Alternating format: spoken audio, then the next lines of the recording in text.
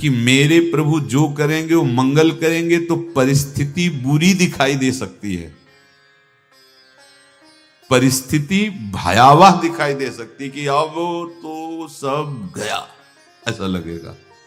लेकिन वो बहुत बड़े के हाथ में नियंत्रित है परिस्थिति। देखते देखते उस परिस्थिति का परिणाम निश्चिंत, निःशोक और निर्भय कर देने वाला हो जाएगा। साधन पथ पे हम इनको आदर्श मानकर चले तो बहुत जल्दी आनंद आ जाए। अब हमें किसी भी अड़चन से कोई भय नहीं, किसी भी अड़चन से भय नहीं। आप ये खिलवाड़ मत समझे, किसी भी अर्थ कोई तुम्हें नहीं रोक सकता आप श्री जी से मिलने के लिए। साधक 3 बातें आरंभ से देखे कि हमारे जीवन में आ रही हैं कि नहीं। पहली बात, भगवान पर पूर्ण श्रद्धा विश्वास। अनंत ब्रह्मांडों के स्वामी हैं, काल भी उनके अधीन है। डरना क्यों भाई, किस बात का डर लगना है? अगर डर है, भय है, तो अभी श्रद्धा विश्वास स्वामी में नहीं है। अगर हमें हृदय में कष्ट अपना प्रभाव पहुंचाना चाहता है, तो जैसे कोई ठंडी से बहुत कांप रहा हो और माता दौड़कर आवे, अपने हृदय से लगा के अपने शरीर का ताप देकर उसकी ठंड को दूर कर दे, ऐसे प्रियाजू करती हैं, ऐसे प्रियालाल करते हैं। ये कहा कहो बड़ भाग, नित नित रति हरिवंश हित, नित बरधत अनुराग, यह जो कृपा हरिवंश की।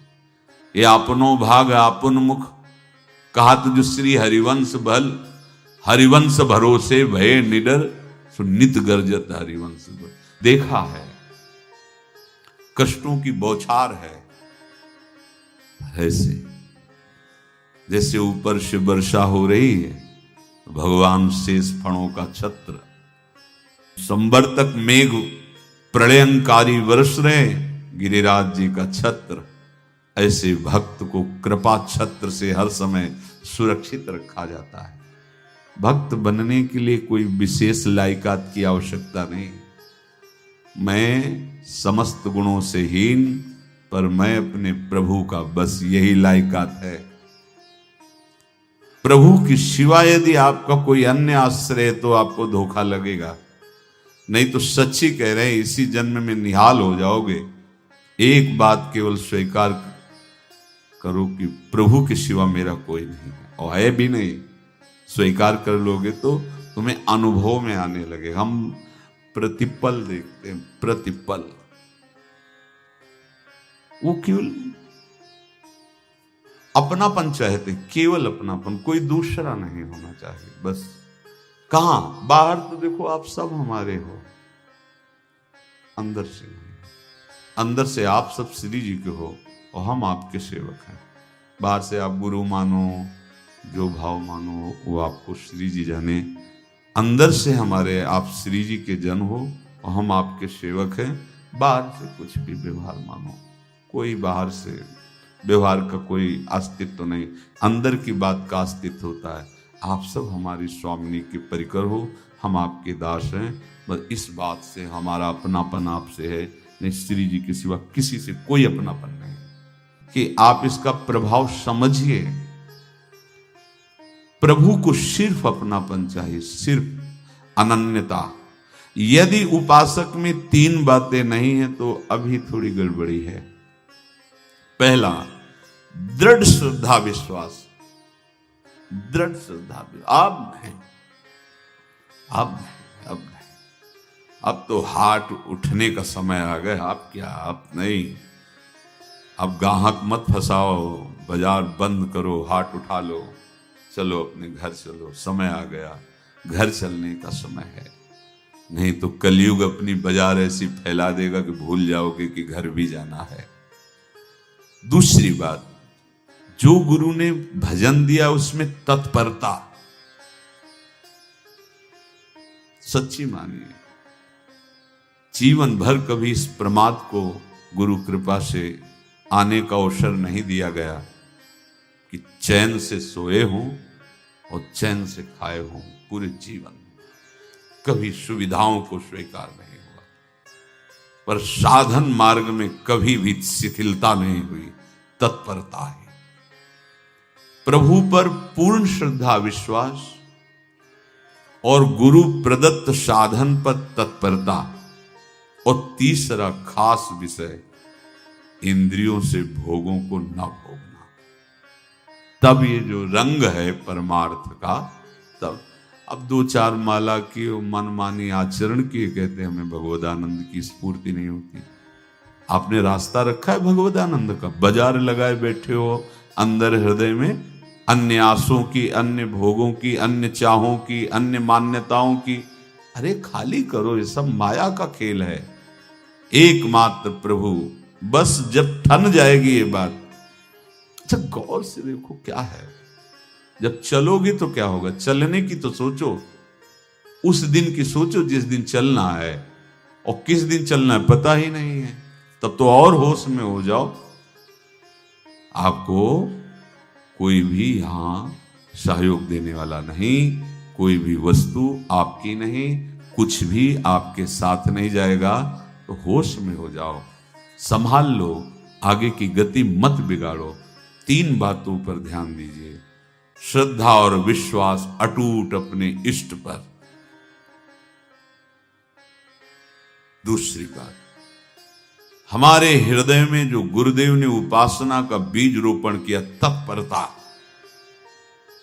देखो आपको हृदय की बात कहता हूं, माया के पास केवल प्रलोभन है, ये सुख में बांधती है। सुख का प्रलोभन अच्छे से सजा के पेश करके देना, साधक को भ्रष्ट करना, ये इसका स्वभाव है माया का। माया किसी व्यक्ति का नाम नहीं, किसी शरीर का नाम नहीं। भगवद विमुखता जिस वस्तु व्यक्ति स्थान से हो वही माया है। माया का मतलब थोड़ी जिसे कोई स्त्री शरीर पे आरोप कर दे या पुरुष शरीर पे आरोप कर दे, ये तो माया है, तो और क्या है। मैं, मोर, तोर, तय, और जहां तक इंद्रियां जाएं, जहां तक मन जाए, सब माया ही है।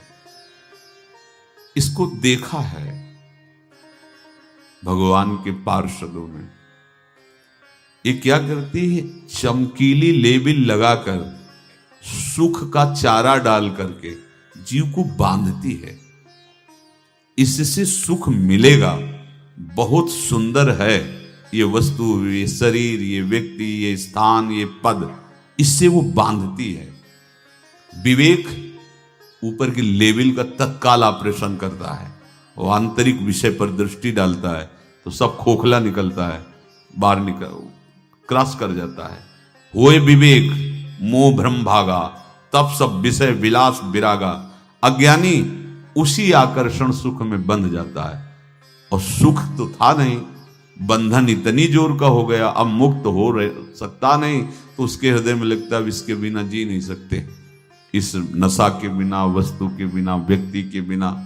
और एक सूक्ष्म बात, वो जब आपको सुख देगी तो आपको स्वतंत्रता का आभास कराएगी, और जब आप उसको छू लेंगे तो आपको परतंत्र बना देगी, भयभीत कर देगी।